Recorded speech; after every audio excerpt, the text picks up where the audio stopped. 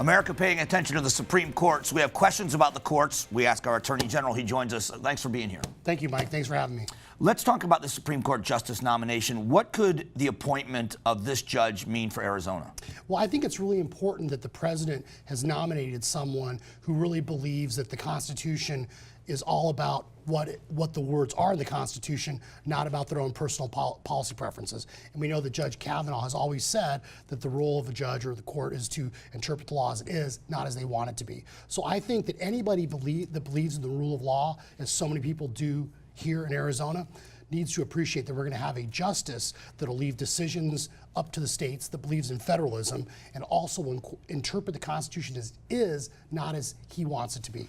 That states' rights part of it. There's a lot of issues that are going on in D.C. that maybe they shouldn't be involved in, and I think maybe that's a big concern from the left as they return that power back to the states, that some of the states are going to make decisions against what federal law has been all along, don't you think? Yeah, I mean, I think one of the frustrations that a lot of people have had over the years is the courts actually, I think, have become more politicized as they get involved in more and more decisions. Because clearly the intent of the framers of our Constitution is that we would have a system where the states would actually act as a check on the federal government. And that's what, our sovereignty, our state sovereignty is supposed to be about, is that you have a federalism, a federalist system where not only are the three branches of government in tension, but the state governments are in tension with the federal government. And the founders of our Constitution, the people that drafted it, believed that decisions dealing with, public health and safety, those are best left at the state level and not the federal level. And what we've seen, especially in the last 50 years, is this dramatic explosion in the increase of the federal government, that the courts have allowed the federal government to do all sorts of things, and now even allowing President Obama to at various times act unilaterally outside of his authority. And so it's really unchecked. And when you have an unchecked government, what ends up happening is there's no accountability. And I think that's what's been frustrating to a lot of people on both the right and the left. And so it's important, regardless of your political philosophy, that you have judges that'll leave decisions that are supposed to be left up to the states, because that way there'll be political accountability, and to ensure that when you have the tyranny of the majority or mob rule, that people's rights, especially their religious liberty rights, are protected. And that's what Judge Kavanagh has shown consistently throughout his 12 years on the Court of Appeals. When he was named, there's all this hype, because most of America had never heard of him before. But as far as the courts are concerned, he's in the D.C. and the district court. That is known as the second highest court in the land, with the Supreme Court being the biggest. And he's got, 11 or 12 years of experience, 300 opinions he's already written. So he's got a track record that they can see that's pretty consistent.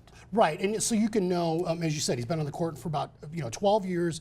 You know what his temperament is, and I think that's always really, really important, because you want to have judges, especially on the U.S. Supreme Court, that have a record, but you know what their temperament is. So you know that they're not some crazy person that's just making things up as they go along, whether they're right or left. And I think he's shown that good, strong judicial temperament. And as you said, the D.C. Circuit Court of Appeals, that federal district court, has very complex records, very complex cases, especially cases dealing with the federal government, federal agencies. And so I think it's really good that we have someone nominated that has that history. Now, of course, I'm sure that the left is going to try to pick and choose and tear apart some quotes or something that he may have said in those more than 300 opinions. But I think the key is that if you look at consistently, his record is one of somebody that will not make up the laws he goes along, and will apply the law as it is, and will apply the Constitution based on what the text says and not what he thinks it should say.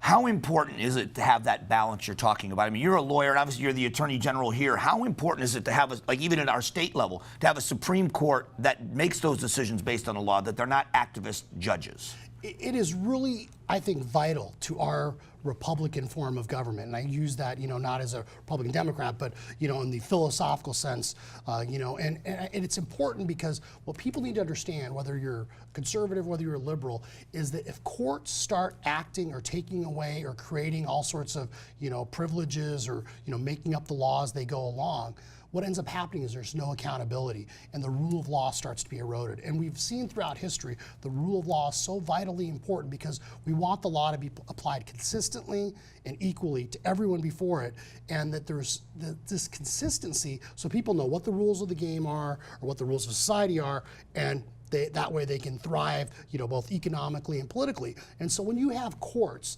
that essentially start, rewriting the laws they want it to be and permanently establishing things that don't exist. There's no way for, whether it's the governor or the president, whether it's the legislature or Congress, to fix it. And that's the problem. That's the problem when you have courts that make up the law as they go along. And so whether you're a Democrat or Republican, you should respect judges that interpret the law as it is, not as they personally want it to be. All right, so then last question. I got about a minute left. Last question then, with all that in mind, how good of a pick is this one?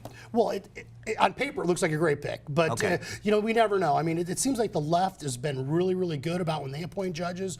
They have their agenda and their kind of hardcore left agenda, and they really consistently stay there. But we've seen over the years that there've been picks like Justice Souter, who have been incredibly disappointing, and so you never know what's going to happen. I mean, there's been some people that have been disappointed even with the Justice Roberts pick, and so I think time will tell how great of a pick this is. But as of right now, in this moment in time, I think it looks like a home run. It looks like we have a judge that has a great judicial temperament, has a track record for applying the law as it is and not his own personal agenda, and I think that's really, really important. So as of this moment, this is a great pick, but history will ultimately be the judge of how great of a pick it really is. I think we're lucky to have you as our Attorney General, and we always appreciate you coming in here and your expertise. So Mark Brnovich, thanks for coming Thanks, Mike. down. Always a pleasure, brother. We'll be back.